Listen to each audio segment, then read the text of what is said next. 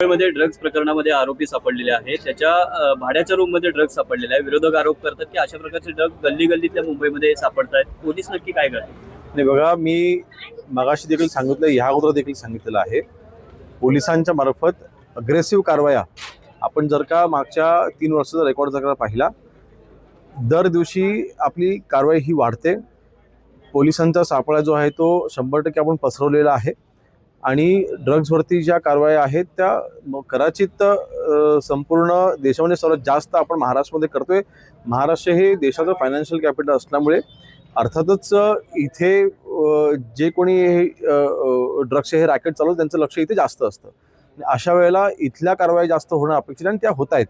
नक्कीच जी घटना घडली आहे त्या बाबतीमध्ये चौकशी देखील आपण करतोय आणि त्याच्यामध्ये मी पुन्हा सांगतोय, जे कोणी दोषी असतील त्यांच्यावरती कडक कारवाई केली जाईल. संजय बांगर काल श्रीकांत शिंदे यांच्या उपस्थितीत सभेमध्ये असे म्हणतात की आपलेच मंत्री आहे ते फोन उचलत नाहीये, त्यांना पक्षातून काढून टाकावं. नक्की कुठल्या मंत्र्यांच्या बाबतीत त्यांची तक्रार आहे मला माहिती नाही, परंतु त्यांनी जसं त्यांनी श्रीकांत शिंदे साहेबांसमोर ही तक्रार मांडली, त्यांनी माननीय एकनाथ शिंदे साहेबांसमोर ही तक्रार मांडावी, त्यांचं जे काय म्हणणं त्यांनी तिथे मांडावं आणि नक्कीच जे कोणी मंत्र्यांच्या बाबतीत त्यांची तक्रार असेल त्याचं निवारण शिंदे साहेब करतील.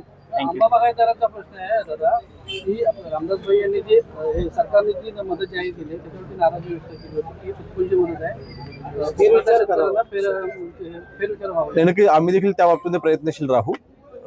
ज्यावेळेस अधिवेशन चालू असताना माननीय मुख्यमंत्री महोदयांकडे आम्ही ही बैठक घेतली होती, त्यावेळेस ह्या विषयाचं गांभीर्य हे त्या बैठकीमध्ये आम्ही मांडण्याचा प्रयत्न केला होता.